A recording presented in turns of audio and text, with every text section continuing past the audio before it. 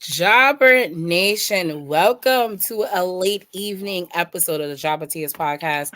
As always, I'm Janelle from HR here with Sir Wilkins. Mr. Black is literally in the black, but there is a reason for that. I promise he'll be back in 2.5 seconds.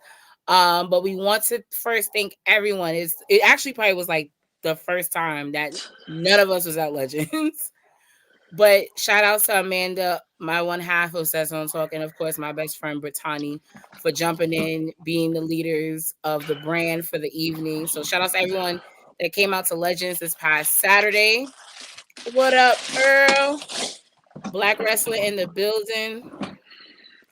But once again, thank you, ladies, so much for holding the fort down. We really appreciate it, and appreciate everyone that did come out to support. I know Doc was probably like, "Where's everybody at?" I felt so bad. But Can you hear her? Can I hear what? Hey, Gene. Janelle, you mad low. Oh, can you hear me? I heard Janelle. I heard Janelle perfectly. Yeah. I don't hear nothing. We I hear you, you. but not Janelle. So you know what? I'm gonna leave the room. Okay. So let's continue. So aggressive. You can hear me, right? Yes, I can hear you perfectly. Keep going. Okay. Okay. So good evening, all those that are on the live feed. It is a bit weird because we're here on a Tuesday evening, but also I do want to give an early birthday shout outs to Sir Wilkins. His birthday is tomorrow. So make Thank you. sure everyone wish him a very, very happy birthday tomorrow. Annoy him. This is his day. So make sure to annoy him as he was on. Oh, thank you. As he was on the media scrum, I kept getting everybody was texting me like I wasn't in Chicago with him and I didn't know. And I was like, I know he's here. I'm proud of him. So shout out to Sir Wilkins for representing the Jabba Tears podcast during the media scrum as well. How was that experience? It was.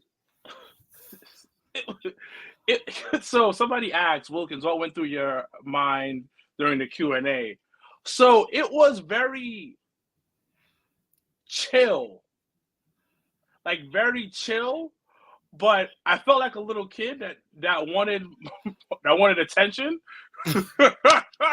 Did you obnoxiously raise your hand like? Yes, I did. So that's what happened. So I'll give you a quick breakdown. Okay. We get to the media scrum, and then we'll also talk about our. Oh, and he'll come back when CM Punk came back. Right, because in actuality, those that are watching on live feed and will be listening, we actually, so me and Sir Wilkins were both in Allstate, but we were in two different places of Allstate at the same time when Punk came out, and Mr. Black was watching it live on TV. So we all have different and honest perspectives of the experience of the return of CM Punk. So we'll get into that in a little bit. But yes, Sir Wilkins, talk about your experience at the media scrum. So we get inside, and then we'll talk about everybody's situation. And I sit down, and Triple H walks in, and I'm just like, I bet I'm gonna get my question off. I got so much things to ask him. I'm about to ask him how the call went, how this happened, and then it felt so short. Even though the media scrum is like a solid 45 minutes to an hour, it felt short. First of all, Byron Saxton looks a lot smaller than he does on TV. Really? Yeah. Wow. Yeah. But he's still jacked. So, anyways, he's checking in. Then I guess they had a little commercials in it and everything on that nature. And then Triple H comes in. He starts talking about the PLE. I'm excited because I'm ready to ask some questions. I'm just like, yo. So, and I'll be real, I felt like Byron kept ignoring me. So he's like, anybody with any questions? So I'll raise my hand. And I raise it like very modest, timidly, like modest, like, okay, here, hello. I have a question. And 4 questions go by, they didn't pick me. I was like, all right, bet. I'm a little tight because I had good questions. I had ill questions. Like what? I had because I wanted to know about CM Punk. I wanted to know about what is the future of the company look forward because of how much money they're making? Are they going to expand to other countries? Like, because remember that was the original plan. I wanted to go in. Tamara, this is story time. Relax. Tamara's like, come on, Wilkins, get to it. Relax, Tamara. He cooking. Give him a little bit of time, sis. Love you, Tamara. So anyways, we're talking, chopping it up, and then Cody comes. I think, is it Cody that comes? Yeah. Yes, Cody's next. No, I'm sorry, Gunther comes. I got questions for Gunther. I was like, yo, let me get my question off. Byron looks at me, pick somebody else. They kept picking other people. I said, all right. I'm legit getting annoyed. But I'm modestly putting my hand up like this, like, you know, being like a real professional. So I said, all right. So then Cody comes up, and you know I'm hyped. You know I'm hyped. Wait. I got a question. So nobody's like, what are you going to say? My guy, Cody Luther X, like this? Please say no. Do that. So he probably wasn't going to do that. He would have wanted to, but because of certain parameters, he probably wouldn't do that. I'm not gonna lie. I wanted to, but like Janelle said, I know I couldn't. Yeah, he couldn't. It's an inside Black Twitter joke. Like, it'd be different had he like did a meet and greet with Cody and met him face to face. Yeah, then he probably would say that to him. But in a meet, like, bro, we can't do that in a media scrum. My thing is this. Why you can't do that in media scrum? Because to be honest, I'll be honest with you, he wouldn't get it. And it would fall flat. I'll look stupid. It'll go over Cody's even more stupid than I looked at that night. Nah, I don't think that had you look stupid that night, but go ahead. But so anyways, Cody's there. I was like, yo, I'm raising my hand, and these people keep looking over me. And I was like, yo, my hand is here. And then Triple H, during the Triple H part, they call Alex. Shout out to Alex from Complex Unsanctioned. They called her. She's sitting right next to me. I was like, yo. He was in the frame. That actually is how people started to send it to me. They were sending me the snapshot of Alex asking the question and you sitting next to her. So I was just like, okay, maybe he gonna get a question soon. Yeah. All right. So then crazy. So y'all, like, I live with this man. Everything he does is not crazy. It's normal behavior to me. Because if you think what he did is crazy, no, so here's the thing. Not everybody knows low-key Wilkins' resting bitch face. So low-key, when you were sitting next to Alex, you were just like really like in the zone and like just like, yo, I want to ask my question. So people that don't know you was just like, yo, why he look so mad and angry? I was just like, no, that's regular face. That's not regular. That's his face. That's like, regular face. Exactly. So then I'm annoyed at this point. Not like really annoyed, but I'm like fake annoyed. I'm just like, so what am I have to do to get this call up? Wait, backtrack. So Brian Saxon called the person next to you. Oh, he don't fuck with you. So wait. So let me ask you a question. Where is he rank of the people you don't like? There is Tay Diggs. I know he's number one, my nigga. So is Brian Saxon number two? He made it up later on.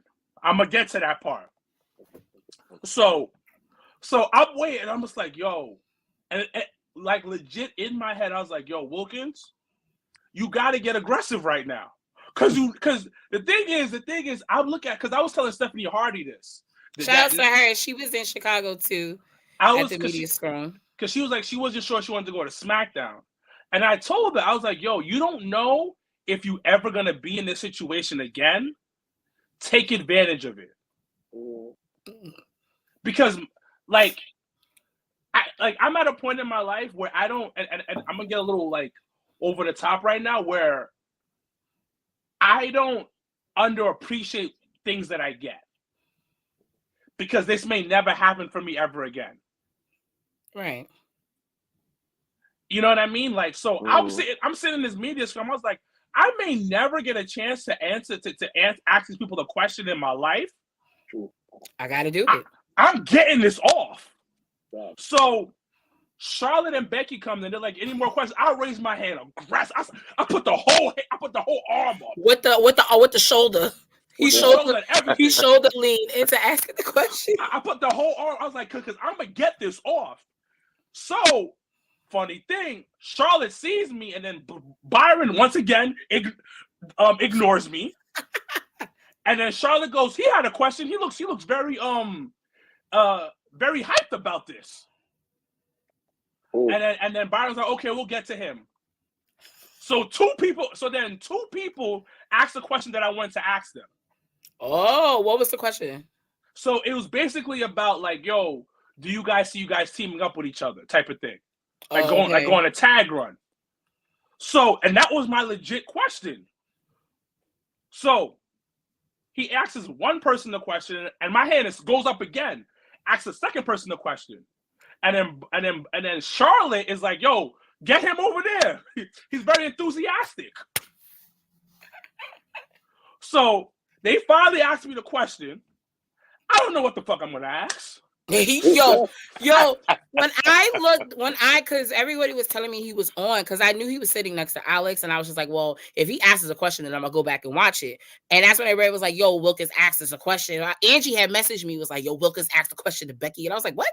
So when I rewound it and watched it, I knew from your face you had no fucking clue what you wanted to ask them girls. I already knew. I said, this nigga is gonna figure it out, but he not gonna know what to ask these hoes now.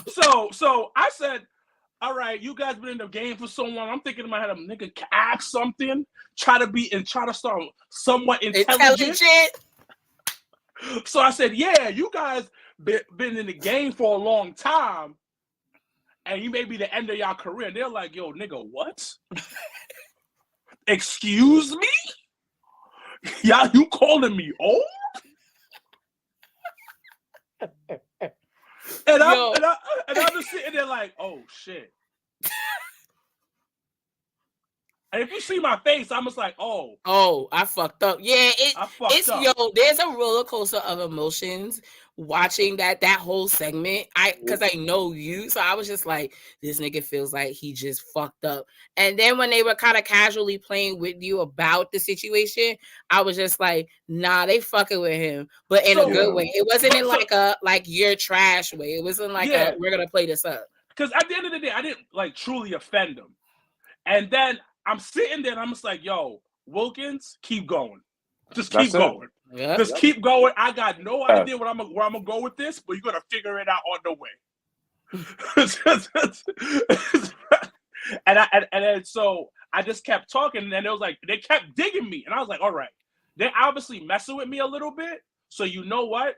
Let me mess back with them, and then continue bringing them. And I was like, yo, how about NXT? Because the goal was to talk about the future of the business. Right. But I didn't know how to put it in words. But then I was like, let's keep going. And then I asked them the question. They kept messing with me. And then they finally was like, all right. And then they answered the question. And it was a fun moment at that point. Mm-hmm. So let's talk about the aftermath after. Man, oh man. So there was some important people who I'm in contact with. And they know me from the media, so you know them. You know who the person I'm talking about. Yeah. So I text the person, like, yo, hey, I hope you're having a good time. I see you weren't at the arena. I hope you good. You look great, by the way. You know, I had to throw a little bit of love in there, so I won't get. Because you didn't know what type of you was temperature checking at this point. I didn't know what type of time it was because, like, the compliment, I met the compliment. But you really came off like, nah, y'all are seasoned. So like, what's the next thing y'all want to do? Exactly. So when I text the person after the media scrum, because honestly speaking, I felt it was a good moment for me. Yeah. I felt it was fun. It was not a big deal. Then I was a little stumble. Yeah, but at the same time, it came off really good. My bestie picked herself right on up. It was like, he said, we're going to start this over. Yeah. Look at the job spot. I said, yes, you do that. Because I knew I had to restart it over. Someone asked that. It's on YouTube. Yeah, it's on YouTube. It's on YouTube. So look on our page. Look, so you can not. It's on YouTube. It's on YouTube, on WWE's YouTube page. They have it as the press conference. you'll be able to watch it. So after I talked to them, everything was that I text the person that works for WWE. I was like, yo, hey, I was at the media scrum, blah, blah, blah. And I'm waiting for them to yell at me, to be honest. I ain't gonna hold you. I am not gonna hold you. I was waiting for it to get yelled at. Why are there balloons in your window? And it's not your birthday. So, out of control. So, I text them and they're like, oh, everything is good. Yo, blah, blah, blah, small talk. And I was like, yo, Charlotte and Becky were messing with me. Now, ladies and gentlemen, this was the longest 25 seconds of my life. You know the little dots? The dots, the dots kill you. The dots, if you have an iPhone and you're like in a heavy conversation with someone and you just see dots, you're nervous as fuck. So I'm seeing the dots. It's not lasting that long. At this point, I'm back in my hotel. I just start walking around the bed like, damn, I'm about to get cursed out. They're about to say I'm a fucking moron. I'm kicking in. We'll come back, guys. My anxiety starts kicking in, and then I hear my phone go off. I got the text. Hey, you didn't read it right away. I did not read it right away. You got calm your nerves down. You got calm your nerves down.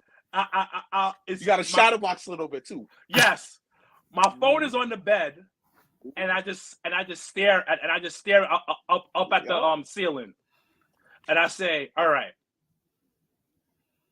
attack." So I grab the phone. I open the text. It says, "Bruh, laugh out loud. You went viral." Yeah, that's how I took it. I took it as it's a moment that everybody will talk about. I mean, of course, the other moment that everyone's talking about, we will get to in a few minutes. But I just felt like, yo, you had a moment. You represented the brand. Like, it was fun. Yeah, so that was the number one person that was like, I had to make sure that was okay. Mm-hmm. So, and you know what? The IWC, as toxic as it is, if I got 100 comments, I'm going to keep it real with you guys, 90 of them were good. Yeah. Like, people were just showing love left and right. Like, yo, that was funny. They were excited to see you. Yeah. So, and I want to give something to Patricia, Queen PR of those wrestling girls, because she was there, and she said to me, she was honestly speaking, she goes, yo, this is exactly how is this supposed to happen? Correct. It's you. Correct. It's you. Yo, when I watched it, I said, "There's no other way how that was gonna go down." That's exactly what she said. So that was good. So then Stephanie, this girl named Stephanie Hypes. Oh, she works for I forgot which brand she works for, but she's really close with Becky. Okay. So she DMs me on Twitter. And you know what? Everybody's trying to like give their critiques, and she's just like, and she was giving like, because she's been doing it for. She's nice at the journalism stuff. Mm-hmm. She was like, "Yo, the way I would have done it would have been this, this, and this, but that shit was funny." Right. It left an impression on everybody, and it's something that everybody will remember. And then so, yeah, she's Becky's number one fan. So then, and I'm gonna say it's because I want to give Stephanie Hype some love on this one. She was like, "Listen, I was talking to Becky about it," and then Becky goes, "You know that guy?" Stephanie Hypes tells her, like, "Yeah, I know him because me and Stephanie see each other within the circle." Mm-hmm. And Becky's like, "Oh man, poor guy."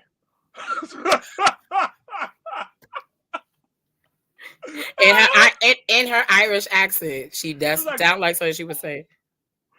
She was like, "Poor guy," and then long story short, she was like, "I just want to tell you that you're good. They had fun with it. They were okay with it. So the 3 people who I was the most worried about, because sometimes people can be joking around and still be on some type of time. Yeah. Be on demon time. Yeah, so that's why I was a little nervous. Like, are they gonna be like, yo, like, forget this guy, don't ever bring him back again. He's a disgusting human being type of thing. Nah, they were like, oh, he's funny. We mess with him. All right, we're gonna continue on. That was a good time. And Tamara, will I ever do it again? Absolutely right. Yes, absolutely yes. Where's the shit thing? So, if the opportunity is there, absolutely. Yeah, and that was it for the most part. It was a good time. I'm happy that. So, and the other people that I was worried about was you two, because we are a collective team. Yeah. So I don't want you guys to look bad. No, I don't think I would. I thought it was funny, and then like I said, in knowing you, only you in that room could have handled that situation. So I never was worried about it. Eddie James is dumb. Do all black wrestling podcasters know each other? I ain't gonna lie, for the most part, yes. Wait, hold on, wait, hold up. I ain't gonna answer that question. Hey, Robert Brown. Color, I ain't trusting it. So if you find color people, I'm not gonna answer it. No. Yeah. Identify yourself. But it was good. It was good. It was a good time, and that's what it was. But it was a blessing. Like I said, I don't know if I'm ever gonna be there again. I was trying to make the best of that situation. Yeah, like I kind of see it this way. Like when I saw it, like people hit me up, send me it. I was just like, I didn't react to it. I was like, oh shoot, that's dope. And I answer, I'm looking like, all right, cool. And the story, because I see it this way. Right. I see it this way. This is your first time doing anything. I mean, first time being in that position in your life. Yo, you're not going to be Kobe Bryant right away. You got to be, you got to be the 12th man eventually. But the 12th man got to get to the level to Kobe. You got to fuck up. And to me, it wasn't a fuck up, because if you did it any other way, like Miss PR, you did it like all these other dudes, it will never come up authentic. People say, oh, yes, Wilkins was there, and the story. You made it your way. You did it your way. That's it. So it was funny because I was talking to one of my coworkers. My coworkers saw it, and they were like, yo, how did it feel? I was like, you know what? I felt like Kobe versus the Utah Jazz when he shot four air balls. Mm-hmm. But I had the balls to do it. Pause. Yeah, pause. Oh, but, see, Eddie James identified himself, Mr. Black. No, he didn't. He could be an ally, but he never said what color he was, so I don't know. He just said my people. What's wrong with you, Reed? Listen, White Chocolate would say my people, and he's allowed to say my people. Paul Wall would say my people. Yo, shut up, nigga. I definitely don't think that. But, all right, let's get into it. Survivor Series, the last premium, WWE's last premium live event, because NXT for the year, because NXT has their pay-per-view next weekend. But Survivor Series, we were there once again. Me and Sir Lucas were there in Chicago. Hey, Kyle, what's up? We were there. We went to SmackDown, and I was very 50-50 on SmackDown because I was just like, it's just gonna be another SmackDown. I could watch it in my hotel. It's fine. But we caught really good tickets. We caught really good seats for a really good price. So I was like, all right, we're just gonna go. Oh, thank you, by the way. Oh, you're welcome. Happy birthday. It's it's cool. Oh, Eddie James, I am Black from, I don't know where that is, but he's from Illinois. He's Katakaki. That sounds like some shit from Alabama. Like, that is the blackest name for an area. Wait, Eddie. Celebration for that. How far are you from Chicago then? Like, we're in that retrospect. That's wild. It no offense, Eddie. Katakaki sounds like you eat possums. Whoa! Hold up. I heard that possum is fire, baby. I heard it's good. I heard possum is good. You know what I did have? Alligator. Ooh. When you went to New Orleans. Yeah, alligator tastes mad good. Ew. But yeah, so we went to SmackDown. We had a good time. There was 2 dark matches, so we got that. We got that through and through. And then the big day came, Survivor Series, the women's war game started off the show. And I was glad where we were sitting at because they were really utilizing the other ring, and that was the side we were on. So like I have a video of Io from the top of the cage falling from with the trash can on her, and Charlotte flipping, like, because that was all on our side. So yeah, so the women's war games match, of course, Team Belair, which now when I think about it, and shout outs to Krista and Ciendo for joining me for the Big Four. What was wild is I didn't feel like it was Team Bianca. Like when it was all said and done, I was just sitting here like, it just feels like Team SmackDown with Charlotte Flair. Like it didn't. Yeah, that's what it was. It didn't seem like her team, and I just felt like, and it also commentary didn't like kind of like put it over into the end, so it was just like I don't know what's really going on here. So hold on. Eddie said he doesn't eat. He never ate possum before. No disrespect. I respect that. It's an hour away from Chicago. Oh, okay. So, but now I want to visit Kankakee. Yeah, they said how that. They said it's a good amount of black people out there. All right, cool. That's all I need to know. This man looked it up. First of all, he almost crucified him, and then was like, "Hey, guy, hey, my friend." Eddie Jones. His name Eddie Jones. Yes, Eddie James. Eddie James. All love. Thank you for supporting. It's definitely giving me like, what's that movie? The 4 Heartbeats. Yeah, 4 Heartbeat vibes. But I bet you he knows how to sing. Yeah, Eddie James. Yeah. Oh, Eddie James, is that like your real name or is that like your musician name? Like, nah. Supposedly. So no. Real talk. I know we're off subject right now because we always do that. So when I went to Chicago, I was telling you I was on a blurred out podcast and blurred out radio. My apologies. So I'm chopping it up with them, and they telling me that people in Chicago make a legit living being artists in Chicago. Yeah, because in actuality, the tattoo industry in Chicago, like Black Ink Chicago, was not like a fake, like just a reality show. Like the tattoo industry in Chicago is really big.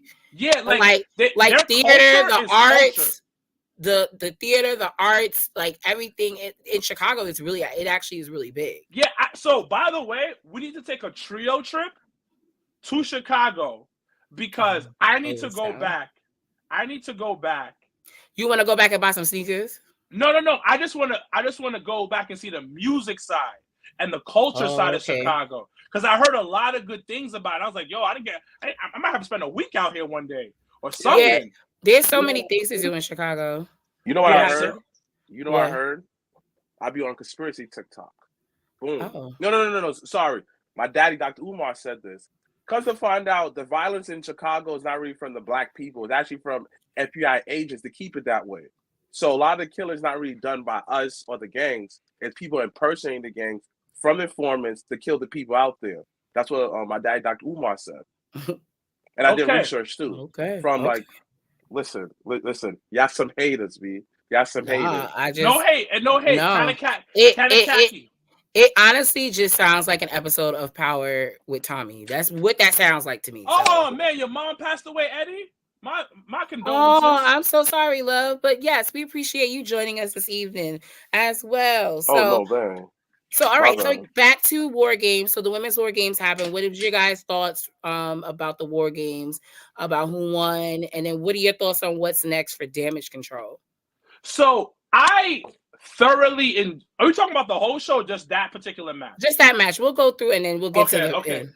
So that match, once again, I don't like super hardcore matches because I think it gets redundant after a while, in my opinion, especially when you like using weapons and stuff. But the way, I'm assuming it was Tyson Kidd who produced it, as always. It was really, really, really, really good, man. Like, I thoroughly enjoyed it. Everything, they were telling mini stories in that match. And to answer your question, Damage Control, I need them to beat Bailey's ass. Please.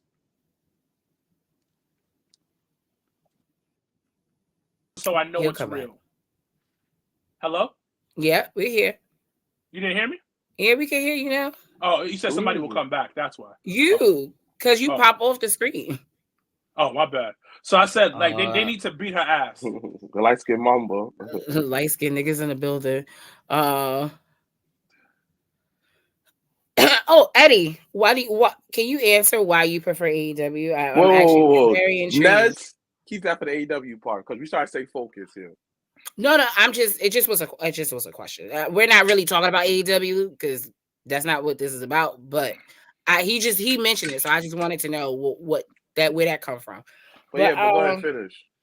Go ahead, this nigga here. I think he did finish. Mr. Black, your thoughts on the Women's War Game match? To answer your question, I think that I don't like hardcore matches to have hardcore matches. Like, what's the story behind it? Why y'all fighting? Because I guess me referee a lot of hardcore matches, me watch a lot of hardcore matches, me went through that whole era just hardcore being hardcore. Just kind of like, all right, I need a story behind it. Why you guys fighting? How AEW will have a random like hardcore match? Oh, because I don't know. I feel like wanted to. I don't like that in AEW. But when it has a good story behind it, I don't mind it. And the women's war game match, I felt that it was more of a storytelling device to get to the next chapter. It felt like a mini arc to something greater. It was still good and everything like that, but it was more on some, I kind of want to see what's going to happen to WrestleMania. It was a good setup, a good mini arc to get to the next chapter.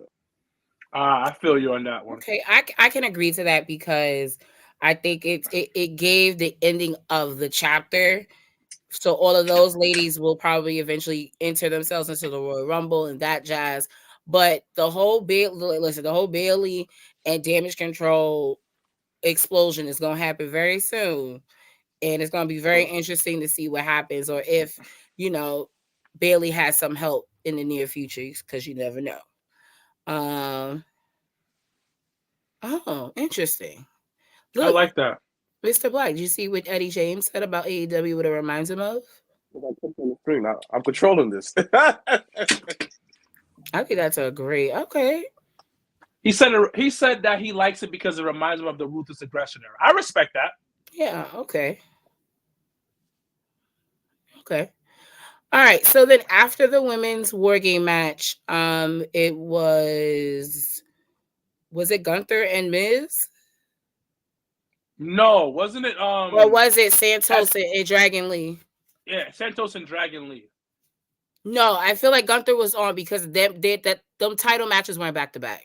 Okay, so then it's that then. So Gunther versus Miz, and Miz being Mike Mizanin as always. The crowd was with it. Like I couldn't actually believe how everybody was invested in babyface Miz on Saturday night. Like I was like, okay, let's go, Miz. And Miz once again just shows he's a utility player. Like he holds it down.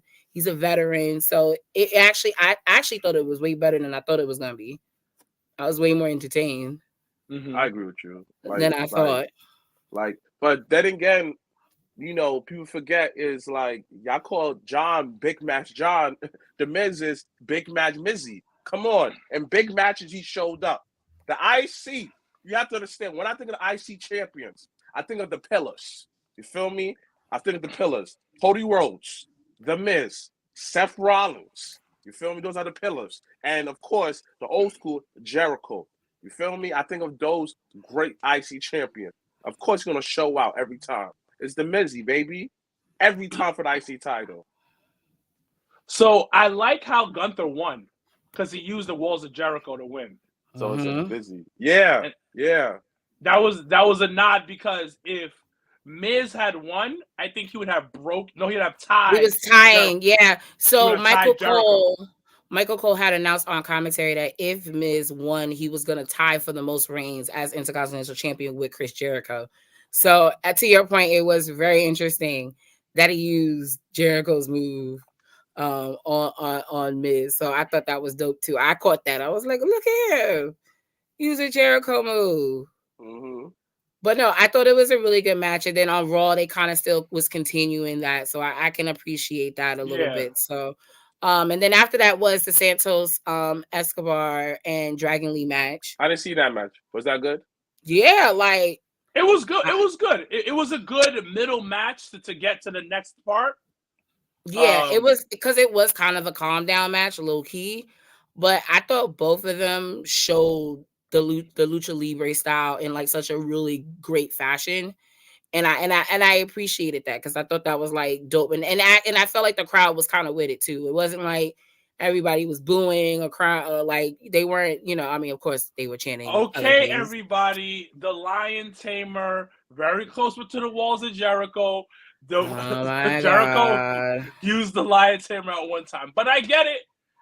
Yeah, but wait, hold up. Technical. Wait, hold up. WWE, he calls it the Walls of Jericho because it's two different versions. If you're going by the video games, there is a Walls of Jericho 1 and there's Walls of Jericho 2. During the time, he said that I couldn't use that version of Walls of Jericho because it was not effective against the big guys. This is why he modified the way he did. So technically, it's still right. Listen, they be fine. And then the next match was Zoe Stark versus Rhea Ripley for That's my girl. That's my girl, Zoe. I mean, I knew Zoe wasn't gonna win, but I was just so like, damn, I would love her to win. I'd love for her to win. But no, I thought it was good. And then her and Nia on fucking Raw just threw me for a loop. I was like, I know I've seen you hoes fight before, but I always tell you when Nia Jax goes against smaller women and that who come from that mixed martial arts background, it's always going to be a banger. You know what's crazy? I don't know what Nia drank before she got back to WWE, but she looks better. She always looked good, but lately she's been glowing. That's why. It's a different regime. Think about it. It's just, as a woman, under Vince, it was more scrutiny, ridiculed, whatever, a little bit more stricter. Under like Trips, easy, smooth thing. You feel comfortable as a woman. Of course you're gonna glow. Of course you want to come to work. And guess what? You came back on your time. No, she's very pretty. And she's very nice. Like, that's one thing, like, I will always scream to the top, like, Nia Jax is so nice. Like, because she did not have to have a whole photo shoot with your brother. She talked to us for a good like 15, 20 minutes, and we was chopping it up. Like we were friends for years. That's because it was me. Oh God.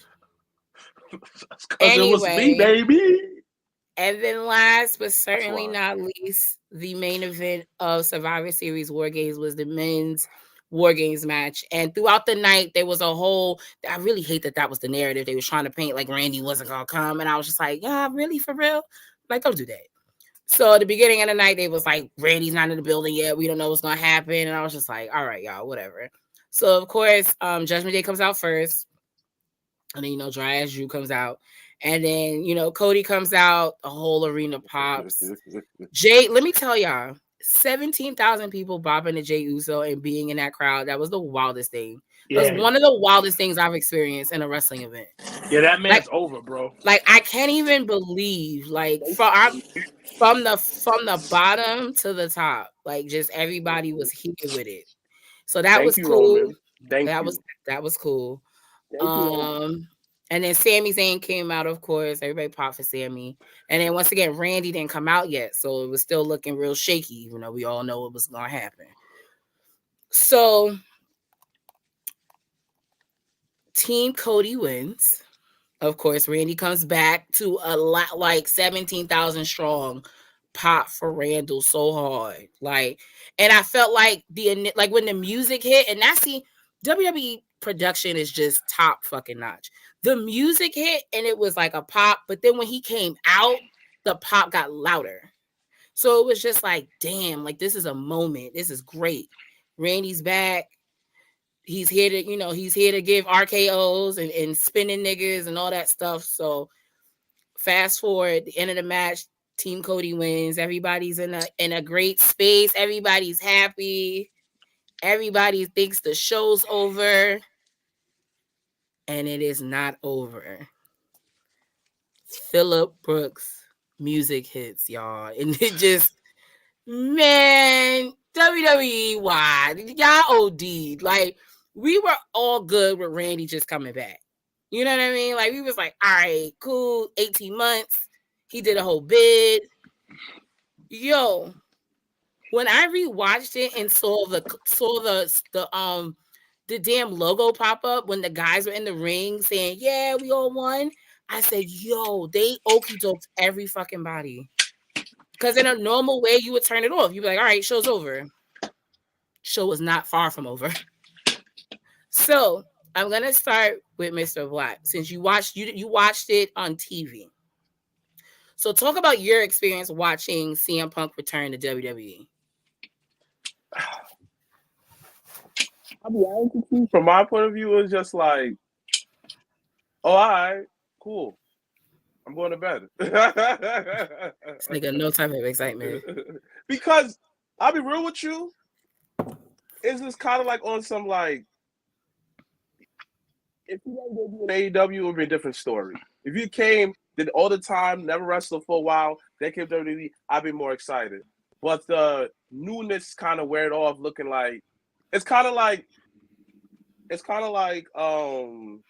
if okay, I'll give you an example. If one of the actors in Power, right? Let's say that Ghost from the original Power, Book 1, right, makes an appearance in Raising Kanan before he went to Ghost. You wouldn't like it. You go like, all right, it's cool. I already seen him already. The hype is just not there for me no more because I know how he's gonna wrestle. I know what kind of promo he's gonna cut. It's not even about how that he's being a hypocrite. It's not about that's a whole other story. We'll talk about that later on. But for me, it didn't do nothing for me. Nothing. It's just like, all right, I'm going to bed. You know, I'm gonna have sex with my woman. That's it. Wow, got real personal real fast. Sir Wilkins, talk about your experience because once again, we all have very different experiences in this return. So it is the funniest thing because I didn't think about it until you said it, and I said, "Oh shit, we really all did experience it in different ways." So talk about your experience for the return of CM Punk. So, all right. So with the media scrum, they pull us all to the side. They all pull us all into the media room like a minute before the show is over, basically. Like when the last match is about to end, when it basically ends, they start pulling you into the room. Mm-hmm. So we all walk into the room. Team Cody is celebrating. So we get to the media room. We're sitting down. And shout out to Queen PR, Patricia. She pulls out her phone and she goes, "Yo, I want to watch this real quick because you never know what's going to happen after the show's over." So she has her phone out, and I think she starts texting something. There's a small TV by where one of the other Brian H. Waters is sitting. He's another media guy.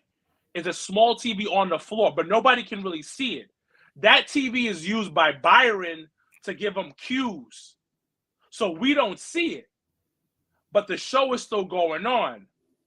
And then all I hear is from Brian H. Waters is, "Oh my God, oh my God, oh my God," because the music had just hit. Then we all get up and then Brian goes, "He's here!" And we're all like, oh my God. We're all it's like little kids. We're all in the meeting like, "Oh my God, this just happened. Oh my God, this just happened." Nah, it was a moment. So let's rewind. Nobody was 100% sure he was coming. Nobody. I hate that everybody want to be like, they want to be psychics and be like, I knew. No one fucking knew. Besides Triple H, Nick Khan, and Phillip Brooks. Because there was speculation.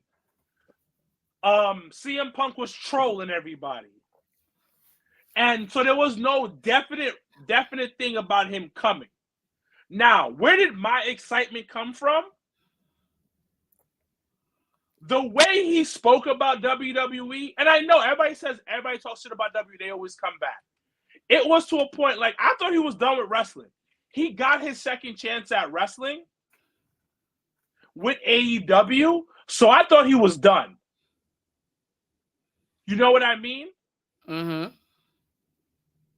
So that's the reason why I was in shock. Now, am I the biggest Phillip Brooks fan? Am I the biggest CM Punk fan? No, I always tell you, I respect his talent, but I ain't a fan of this nigga like that. I think he's a dick. But seeing that, you're like, oh, he came back. Now, the question is he going to be Michael Jordan on the Wizards or Tom Brady on the Bucks the first year? That's the question we got to ask right now. I like that because Thomas Brady was all right and got that Super Bowl. So I see what you're going with that. So my experience. So as we said, as we mentioned, me and Sir Wilkins were both in Chicago. I was in the arena. I didn't go to the media scrum, but I was in the arena. So like I said, everybody, Team Cody was celebrating. I had my phone out because I was just like, well, I just want to catch Team Cody, celebrating. This is great. Not thinking, really, to be honest, because I was 2 gummies in. I really wasn't thinking about nothing. I was just like, yo, I'm here. And in my mind, I was sitting here like, damn, I got a 5:35 fucking flight back home. There were so many other things going in my mind. So I was just like, all right, I'm just going to record Cody and them, and this is going to be great. And then literally the static hit. And when I tell you that whole arena fucking shook, I was just like, oh my God. I was just like, they didn't just do that. There's no way that this is happening right now. There's no way that I'm here for this. There's just no, like, it just was, and like everybody around just was in that same moment and that reaction of like, yo, we just witnessed something that we never thought we would see. Like, people say what you want, and and that's why, like, I was glad Triple H answered the question in the media scrum that he did. Is best for business. This is a total business move on their part, and I can respect that on the business side of it, because I'm like, everybody's talking about him. People gonna buy merch. People gonna buy tickets to shows now. It's a whole thing to it. So, but just being in the arena and just, I caught the initial like music hitting and him coming out, and he didn't not say a word and anything. And I was just like, yo, this is real. Like, I left the building still in shock. Like, I feel like I'm still in shock, even watching him on Monday Night Raw, because it was just like, what multiverse Thanos life are we living right now? Like, what is going on here? Like, so it just, but for me, it was a moment that I was glad I was there for. Like, I definitely would have been upset if I was in New York and saw that shit happen. I was like, what the fuck? So I was glad I was there for that. I was glad that I was able to experience that and just be in the crowd and be a fan. And that's what I realized after Survivor Series, that us, content creators, we analyze things, we do things at a certain, in a certain way for certain things. But I never want anybody, and this is anyone that's listening on the live, listening when we post this, never lose you as a fan. And in all honesty, regardless of how people feel about Phil and how he's done and what he's done in AEW and blah, blah, blah, and what he said, he gave us a moment as fans, and I can appreciate that. It's the same even when he came and debuted at AEW. Like, I went to see him at the first Dynamite. I got on the plane and was like, I'm out, because it's a moment that you can remember and appreciate as a fan. So I just was glad I was able to just take the podcast hat off and just be in that moment and be a fan, regardless of how people feel about him. Like, it was a moment that everybody's going to be talking about for the next 10 years. And that's just what it's going to be. Yeah. Because, go ahead. No, because nobody, and I know people say people always come back. I know never say never, but though nobody has ever left WWE outside of Bret Hart the way CM Punk did. Like, bro, you did a 2-hour podcast shitting on WWE. You sued the doctor of WWE and won. Because he was a little reckless. You went to the competitor and talked shit about WWE. Now, the only thing I always will hold over his head, he did that WWE backstage show. I know it was a Fox show, but that's when I knew CM Punk is about the bread. But also, this is the first time you see Triple H going to deal with people that he beefed with before. Because before, we also have Vince dealt with it. Now it's Triple H's turn. So, because, hold on. Go ahead. No, go ahead. Hold on. Because Triple H could do it two ways. I already got the bread from your pop. I already got it. Because that YouTube bread, I already got it. You feel me? I already got all the numbers and everything like that. You did it. Cool. Now, what's going to happen after the hype died down? What's going to happen when it's like 6 months down the road where I don't need to put you in a title match because I got all these other guys? How is Triple H is going to fit in a Triple H regime?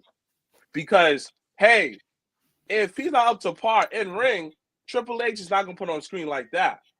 Yeah, cool. You're good on the mic, but these other guys could do both.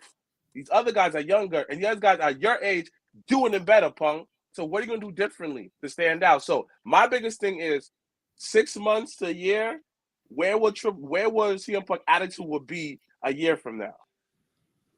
And I mean, that's the whole thing with Punk is it's a wait and see type of thing. It's like like you got to see what happens. And like, once again, we don't know all the details of his contract. We don't know, they, speculate that it's multi-year. We don't know if it's going to be on some like Brock Lesnar part-time special attraction type of situation. Like, we don't know any of that, but that probably would be the route to go, especially like for him, because he may still want to do commentary for the, for the UFC thing that he does, or he may have other projects and things like that. So like it definitely is going to be a wait and see type of situation, but I definitely think that Triple H era, because I listened to, and actually this is the first time I ever listened to Busted Open Radio, like the Busted Open podcast thing that Bully Ray does. And it was a clip of him, Mark Henry, and the other guy that's on there, I forgot his name. And he basically was saying like, every person that like kind of like double backed was kind of like pushed because of Triple H. Like, I didn't even like the guy on there had talked about how like Bruno Sammartino fell out with WWE, shitted on them, talked wild shit about them, and then Triple H had reached out and did and bridged that together for him then to be inducted and all of that stuff. That was Triple H that did that. And I forgot it was something else he mentioned that he did. But like, it's a different era. They see things very differently, and they're going to do things a little differently. So, and talking about Punk, and then, we'll wrap up a little bit. Monday Night Raw was from Nashville, Tennessee. I definitely looked up a flight, and I was very upset I couldn't go. But how much was it? Yo, it was like one way, like 3 and change. Oh, damn. I would have had to have been at the airport. Like, it was like, I looked around like 1 o'clock, and I was like, let me see if I can really real quick. And it was like a 3:15 flight out of JFK. I was like, there's no way I'm making it to JFK, so never mind. But it was in Nashville. Love Nashville. And they did it right, where Randall opened Raw. Yes, Vaughn said it. Yeah, that was the other thing. Warrior, that was Triple H. I could give a fuck. I mean, he came back and it died the next day. Like, relax. Yeah, I always think that's. I feel like that's the wildest thing, though. Niggas die every day, B. Nah, but like nigga died like after he left gorilla position. Like, that shit was wild. But anyway, so don't laugh. So Monday Night Raw started off with Randy Orton, and it ended with CM Punk. And so we're just gonna talk, real quick about his first promo back to the WWE. He's not in the business of making friends. He's in the business of making money. So listen, Eddie James is correct. It's the wildest thing. Yeah. So what are your thoughts on the CM Punk promo, his first promo back in WWE? Was it a hit or miss? It was a free throw. It wasn't a miss. It definitely wasn't a hit. It was basically an easy line drive, barely hitting over the plate. He was just there. Was it like batting practice? Like, was it practicing free throws? Borderline. It was batting practice. It was practicing free throws. It was nothing crazy. It was testing the Now, waters. yeah. Now, the promo was the WWE version of the promo he cut on AEW. Same exact thing. I'll tell you that earlier. Don't try to take credit for that. No, I said it too. No, he said it. He said it this morning on a whole different chat that you're not in. He just say, I give him that. This morning, he took my line with a chat with it. No. I texted because I watched it I texted this morning before you called me. Ralph Frank said, why did he? Because everybody would have asked, and everybody was probably wondering about AJ Lee. So that's probably why he said it. So it was whatever. It was like, and it felt hypocritical because he was like, I'm home, but maybe he said I'm home. Nah, he wasn't in Chicago. He was in Tennessee. That nigga was in Tennessee. Yeah, so like I said, it was like, oh, I'm home, bro. In the AEW promo, you acted like you stopped wrestling for 10 years, 10, 15 years, and then came to AEW.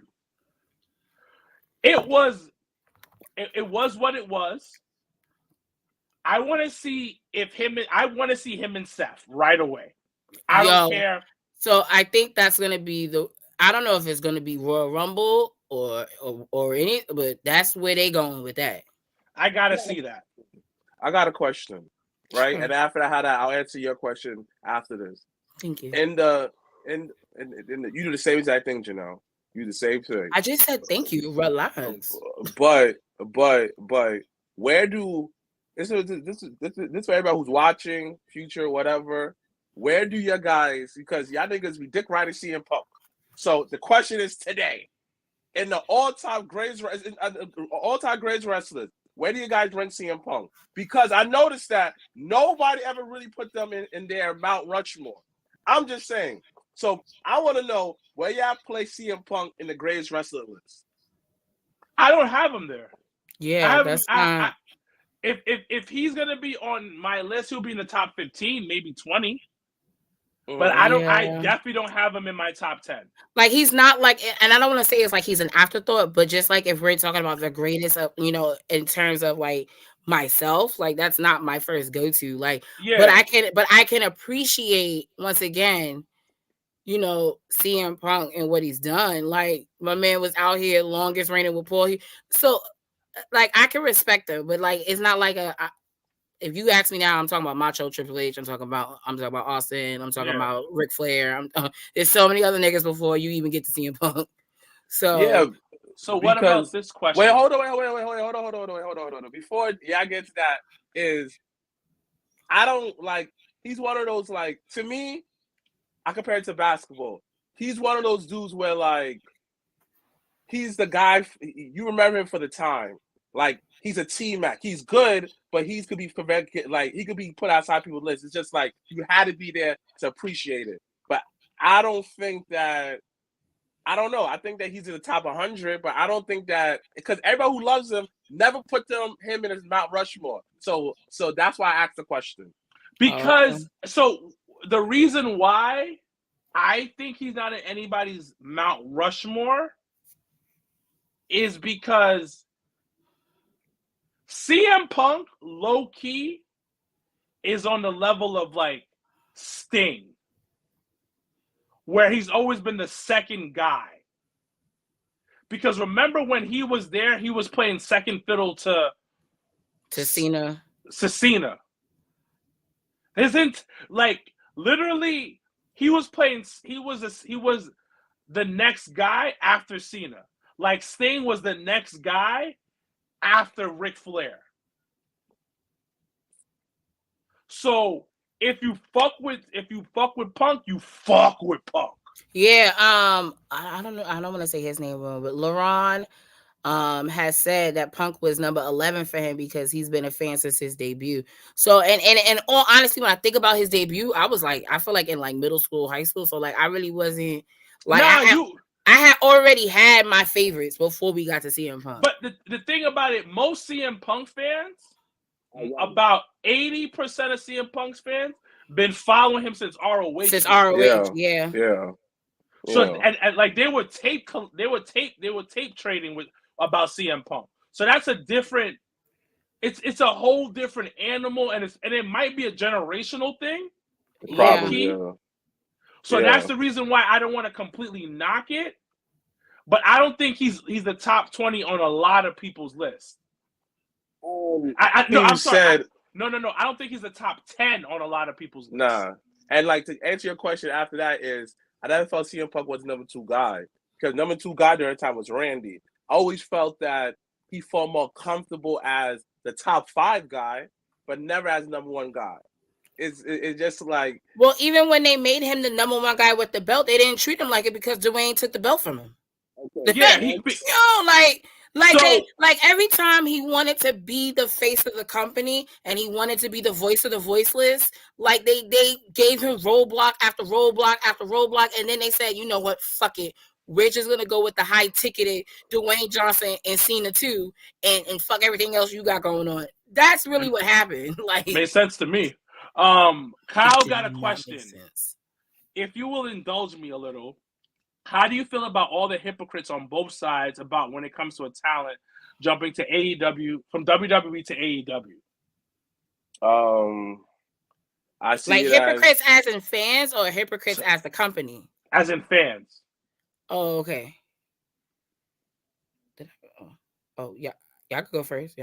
So my thought on that is sports is very tribalism. Like, especially football. Like, I hate Dak Prescott. I hate Michael Parsons. But if they were to come to the Eagles, I am a fan. And that's the same thing with wrestling. It's on both sides. When somebody comes to your company, I'm not like that with wrestling because wrestling is not a team thing for me. It's just a company. I like more of I'm more of a player thing. But when it comes to wrestling, that's how wrestling fans are, especially people. There are so many people who only know about WWE. Mm-hmm. And when they see AEW, they go, what the fuck is this? So, and that's to the point of AEW has not been able to build their casual fan base. Because let me tell you, when I got back to work on Sunday morning, have 2 hours only of sleep and exhausted, all these Spanish niggas in the back I don't even talk wrestling to them. I only talk to wrestling to like maybe 2 people, maybe 3. But all these Spanish niggas in the back counter was like, yo, CM Punk came back last night. I said, what? Y'all don't even talk about wrestling. What are we talking about? And they like, nah, Punk's back. And I was just like, okay. But in them doing that, it made me realize, I said, yo, you can see the very difference in terms of how WWE plays to the casual fans and how AEW sticks to just their fan base. And it was a very clear thing because I was just like, where was y'all about 2 years ago when he debuted on AEW and he had not a peep? This man comes, it's his Survivor Series, and it is WWE brand, and it was worldwide. It was the most social view thing I think they had ever. Well, I think AEW just doesn't have the reach yet. It lacks the reach that WWE has. It doesn't have the history behind it. Like, for instance, people are fans of the Cowboys because of the legacy they had over the years. Oh, they've been around in Dallas. Yeah. And they live in Dallas. And people and the era that they had, that they had when they were champions. So that's why you get legacy babies, basically. WWE doesn't have that. It doesn't have. My boss the other day today was just like, yo, I heard you went to the show. I heard is it he said this funny thing. He's like, did WWE change to AEW? Or is that something different? I was like, that's something different. It's a different promotion that's trying to come up right now. He's like, oh, okay. I just thought that it changed to AEW. And that's what it is. They haven't separated themselves and they haven't established themselves as that brand. And it goes back to what you're saying, Janelle, where it's like they haven't pulled in that casual fan. I still believe a quarter of their fans is being shared with WWE. Absolutely. And I'm one of them. And so all three of us are actually. Well, Don't I'm lose me gonna in that. say this about the whole WWE thing is WWE been a diamond brand forever. At one point, WWE history, and if people forget, and that's why I tell people, do your history, become a student of the game of wrestling, is people was not saying WWE back in the day. They had established themselves. You know what they're saying? NWA. They were saying their local brand until WWE find a way. Vince did what he did and established himself. It takes time to establish who you are and your identity. And with AEW, it's been around for 4 years. And people might say, even myself, I said in the past, yo, Tony has where he want to do certain things, blah, blah, blah, blah, blah, this, that, and third. But at the same exact time is he's still in the decision maker at the end of the day. He got to figure out what is best for him and what makes him comfortable. So it's going to take a while to establish yourself because whenever, like, growing up, and to this day, when we think of if your mother, your boyfriend, whoever said that, yo, gave me some, go to Dollar Tree and get some and get some Clorox bleach. You all know you get the store brand Clorox because it's cheaper. We all know that. But when you tell somebody, you're gonna say the brand bleach. You're gonna say Clorox. Get some Clorox bleach. Get some Clorox bleach because that's an established brand. So for something new to come out, it's very hard for people to forget what the established brand is. For example, Sprite. That was the only thing that was a clear soda for a good ass minute until Sierra Mist came out. A lot of people don't fuck with Sierra Mist like that. Some people do. Some people don't. Some people prefer Sprite. But when you're the first established brand and you build your roots, it's very hard for people to turn to another brand. It just takes time. And when you think of, for another thing, when you think of mixed martial arts, people say, oh, UFC. Comes to find out, UFC is just a company. There's other companies out there, but UFC is the popular brand.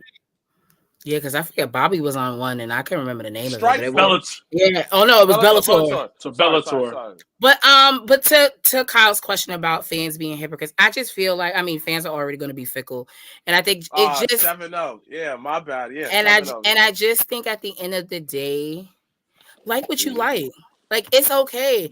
And if you didn't really fuck with him in AEW and now you want to fuck with him in WWE, they're two different presentations.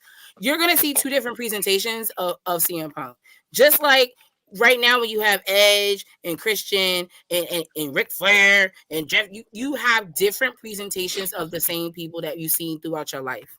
And just because they're in one movie and you're like, oh my god, this is my favorite movie, and then they're in another. Hold on. How you was me? Go ahead. Keep going. So just like if you watch The Lion King and then the new Lion King came out and you didn't like that presentation, but it's still Lion King. At the end of the day, that's what wrestling is. You're gonna see it in different point of views. You're gonna see it in different presentations, and they're gonna do it differently. And to the point of his promo last night, I felt like it was the biggest slice of humble pie I've never seen a man eat on national TV because that's what it just sounded like. It just sounded like, for me, one thing that I've always loved about WWE is the storytelling for me. And Punk is very good at that. That is one of his strongest suits, is he will sit there and paint you a picture and you can see it. So from the moment he mentioned Dusty, I said, fuck, this is great. When he mentioned Paul Heyman, I said, fuck, this is great. Because he's literally telling you his journey actually in WWE, because it started with Dusty and the advice Dusty gave him. And then towards the end of his WWE career, he had Paul Heyman behind him and giving him advice. And I thought the advice of saying, like, you got to leave somewhere to really appreciate where you come from, that applies in everything in life.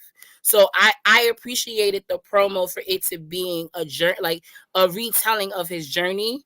And then he ended it by saying, like, look, this is only the beginning. And this is going to be a wild ride. And this is going to be fun. But it was funny because when me and Michael was watching Raw, we were like, yo, we were looking at each other like, yo, is Punk about to say I'm sorry? Like, I was just like, yo, is he about to say I'm sorry on national TV? And then when he said I'm home, I said, yo, that's actually a little worse than I'm sorry. Like, I was like, damn. Like, that's shading without shading because, there's a whole bunch of NDAs going on AEW side. So I was just like, damn, why he said that?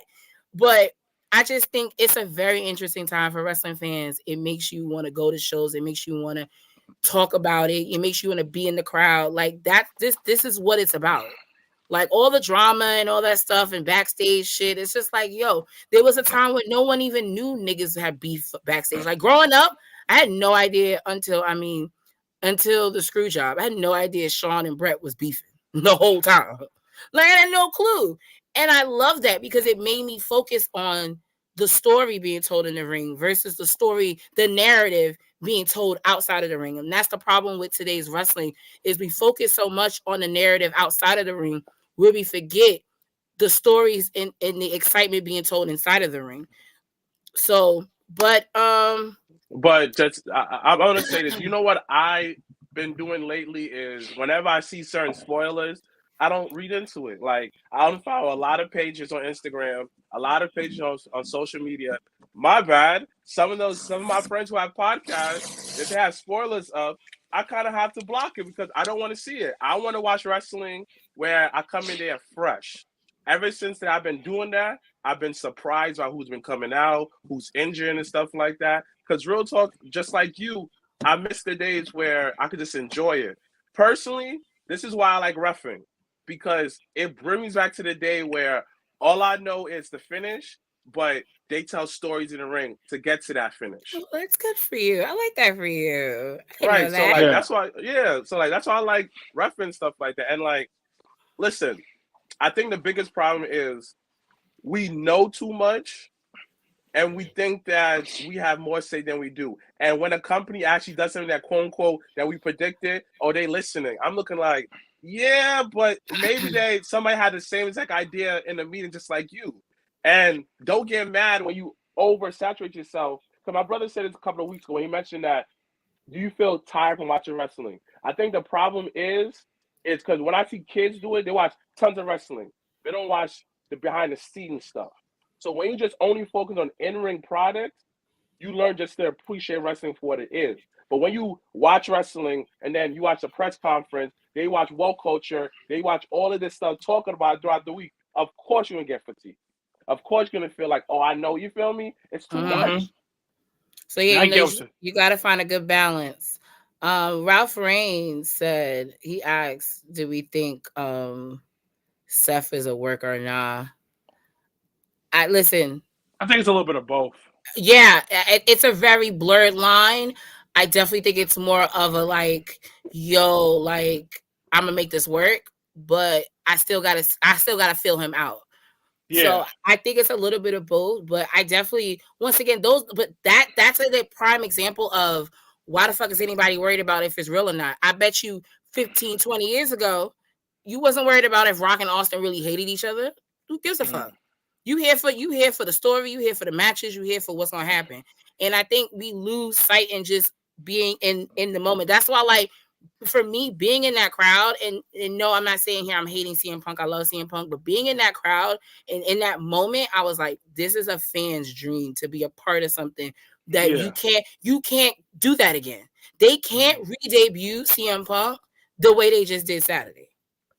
And as a fan, you have to appreciate those moments because you're not gonna get a lot of those in wrestling, period. But any last words before we go? Don't forget this Friday. Oh yeah, so me and Mr. Black will be in Charlotte, North Carolina this Friday for Ashe. Shout out! I'm so excited for Darius Carter versus Jonathan Gresham.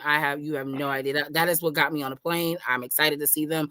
But shout out to Darius Lockhart for putting on and for curating an amazing show. So we're gonna be there live to support him. We got Team Georgia basically versus Team Jabba South. I'm gonna let Team North Carolina slide, but it's cool. They got D'Lo Brown coming through, Billy Dixon, Fake Jackson, so many more in the building. Swole is hosting, so shout outs to Big Swole, Big Sis. Super excited to see her. Jossie versus Kevin Knight. Is he naked? He look like a black. He look like a black Daniel Garcia. What's going on here? He got drawers. He got drawers on. Okay, they got. I almost said they got the AEW niggas because I feel like the only niggas at AEW. Infantry versus TME. Wait, hold on. What?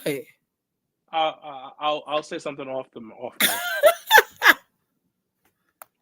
We got this. Kiera, I'll go first. Listen, I'm excited about Charity King. She's amazing. She's wrestled so many times out in Texas, and I've seen her a few times, so I'm really excited to see her again. Trisha Dora versus Aja Khan. And Luke performing. It's coming here. You said Uncle Luke? Loot. Oh, Luke. Part of Dreamville. Shout out to J. Cole, fellow St. John's alumni. In the Jonathan building. Gresham versus Darius Carter. The match of all matches, right here, guys. So I'm a little upset that I didn't do it. That's the only thing I was like, damn, that's something I would have rather do it. But no, it's gonna be dope. But if you are in the New York tri-state area, HOG has their show Friday night as well with Swerve, Prince Nana, Matt Cardona, Santana. The list goes on and on. Young Grizzly veterans facing main event. So make sure that if you're there, and if you're not there, SmackDown is at Barclays Friday night. So it's a lot of wrestling as always, but this is towards the end of the year, so it's really good to get all the wrestling you can because it'll quiet down until about Rumble season really starts kicking. But we thank everyone for joining us this evening, this Tuesday night. We appreciate everyone. Shout out to Eddie James, our new viewer, for participating tonight. Eddie James from Illinois.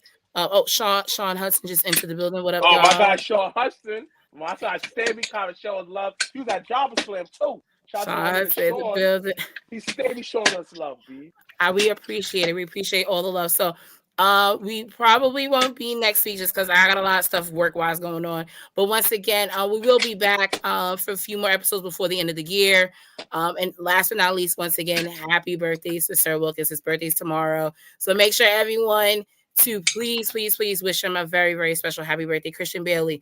I'm gonna snapshot this question and just answer it. Hey guys, listening from work, with Punk being back, do you believe that time heals from what Triple H mentioned about growth? Yes. Yeah. Time heals all wounds, okay? But as always, I'm Janelle from HR here with Sir Wilkins and Mr. Black. #Black Excellence. #We are out. Bye guys. Bye.